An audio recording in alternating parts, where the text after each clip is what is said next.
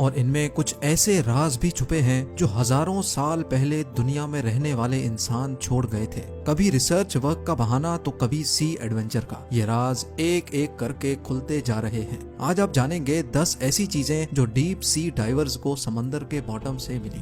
Number 10، کیا کبھی کوئی ریور سمندر کے اندر موجود ہو سکتی ہے؟ ظاہر ہے اس کا جواب ہوگا نہیں، لیکن میکسیکو کے یوکاٹن پیننسولا میں سکوبا ڈائیورز نے سمندر کے اندر ایک ایسا سیکرٹ اسپاٹ تلاش کیا جہاں پر پانی کے اندر ہی ایک ریور بھی بہتی ہے۔ جی ہاں، سمندر کے پانی کے اندر بہنے والی ریور اصل میں ہائیڈروجن سلفائڈ کی ایک موٹی تہ کی وجہ سے بنی تھی، جس کے نیچے ایک غار سے آنے والا سالٹ واٹر موجود ہے۔ اس جگہ کو سینوٹے اینجلیٹا بھی کہا جاتا ہے۔ اسکوبا ڈائیورز کے مطابق اوپر سے دیکھنے پر سینوٹے اینجلیٹا بالکل نارمل دکھتی ہے، لیکن تقریباً 30 میٹر اندر جانے کے بعد جو منظر نظر آتا ہے اس پر یقین کرنا مشکل ہوتا ہے۔ نمبر 9، امریکہ میں فلوریڈا کے بیچز بہت مشہور ہیں، جہاں پانی کے ساتھ ساتھ اکثر سی شیلز، کریبز اور مختلف سمندری مخلوق بھی تیر کر ساحل پر آتی ہے۔ لیکن اکتوبر 2012 میں پومپانو بیچ پر موجود لوگ تب حیران و پریشان رہ گئے جب ان کو سمندر کے ساحل پر ایک بہت بڑی آنکھ ملی۔ جس آنکھ کا سائز انسان کے دونوں ہاتھوں کے برابر ہو، وہ دیکھنے میں واقعی کسی بہت بڑے سمندری مانسٹر کی آنکھ لگے گی۔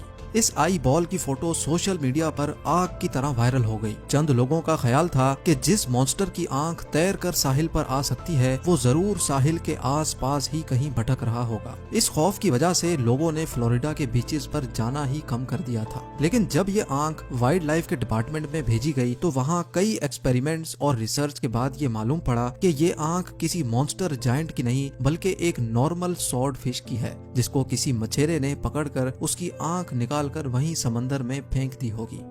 نمبر 8، ایجپٹ کے شہر الیگزینڈریا کے ساحل سے 6.5 کلومیٹر دور ٹھیک اس جگہ پر ڈیپ سی ڈائیورز نے سمندر کے باٹم پر کچھ ایسا دیکھا جو بالکل بھی نارمل نہیں تھا۔ جب بات فرینچ آرکیولوجسٹ فرینک گوڈیو تک پہنچی تو انہوں نے اس جگہ پر تحقیقات شروع کر دی۔ حیرت انگیز طور پہ اس جگہ سے 64 شپس، 700 اینکرز، سونے سے بھرے ہوئے خزانے، 16 فٹ لمبے اسٹیچوز، ٹوٹی پھوٹی عمارتوں کے حصے اور چھوٹے چھوٹے پتھر ملے جن پر عجیب و غریب لکھائی سے کچھ لکھا ہوا تھا۔ جو کھنڈرات کے نمونے یہاں سے موصول ہوئے وہ سمندر کے اندر ہی کئی کلومیٹر تک پھیلے ہوئے تھے۔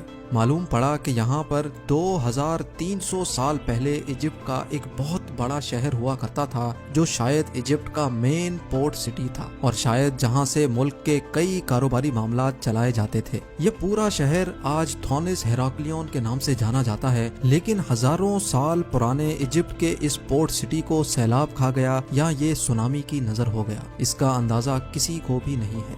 نمبر 7، سمندر میں 1 کلومیٹر ڈیپ مچھلی کی ایک ایسی قسم بھی رہتی ہے جس کو دیکھنا بھی جاپان میں بہت خراب سمجھا جاتا ہے۔ اس مخلوق کو جائنٹ اور فش کہا جاتا ہے، جو اپنی جسامت کی وجہ سے عجیب سمندری مخلوق بھی کہلائی جاتی ہے۔ سمندر میں 1 کلومیٹر نیچے رہنے والی اس عجیب و غریب اور فش کی لمبائی 50 فٹ سے بھی بڑی ہوتی ہے اور اس کو دیکھتے ہی پہلا خیال یہی آتا ہے کہ یہ کوئی سمندری سانپ یا اژدہا ہوگا۔ جاپان میں یہ مانا جاتا ہے کہ سمندر کے ساحل پر اور فش کا نظر آ جانا قدرتی آفت کے آنے کا ایک سگنل ہوتا ہے، لیکن سائنسدانوں کے مطابق گلوبل وارمنگ کی وجہ سے سمندر کے باٹم پر رہنے اور بسنے والی مخلوق سطح سمندر کا رخ کرنے پر مجبور ہے۔ نمبر 6، انڈر واٹر اسپورٹس میں سمندری دنیا دیکھنا واقعی ایک دلچسپ کام ہے، لیکن اس ایڈونچر کے دوران کسی کے سامنے اچانک سے یہ اسٹیچوز آ جائیں تو کیسا ہوگا؟ ویسٹ انڈیز کے ساحل سے کئی کلومیٹر دور اس مقام پر سمندر کے باٹم پر موجود یہ ہے انڈر واٹر اسکلپچر پارک۔ 2006 میں لانچ کرنے والے اس پارک کے پیچھے ایک برٹش آرٹسٹ کا ہاتھ ہے، لیکن اس اسکلپچر پارک کے بنانے کے پیچھے جو مقصد ہے وہ اس پارک سے بھی زیادہ دلچسپ ہے۔ سمندر میں موجود چھوٹی بڑی چٹانیں موجود ہوتی ہیں جن کے اندر چھوٹی مچھلیاں اپنے آپ کو محفوظ سمجھتی ہیں، لیکن جس جگہ یہ چٹانیں موجود نہیں ہوتی وہاں جانے سے چھوٹی مچھلیاں اوائڈ کرتی ہیں۔ 800 اسکوائر میٹر پر پھیلے اس پارک کو بنانے کا مین مقصد چھوٹی مچھلیوں کو شیلٹر پرووائڈ کرنا تھا۔ اس آرٹسٹ کا کہنا ہے کہ اس پارک کو بنانے کے بعد لاکھوں مچھلیوں نے اس جگہ کا رخ کیا۔ اس پارک میں 100 سے زیادہ مختلف قسم کے اسٹیچوز موجود ہیں جو دیکھنے میں بہت انوکھے لگتے ہیں۔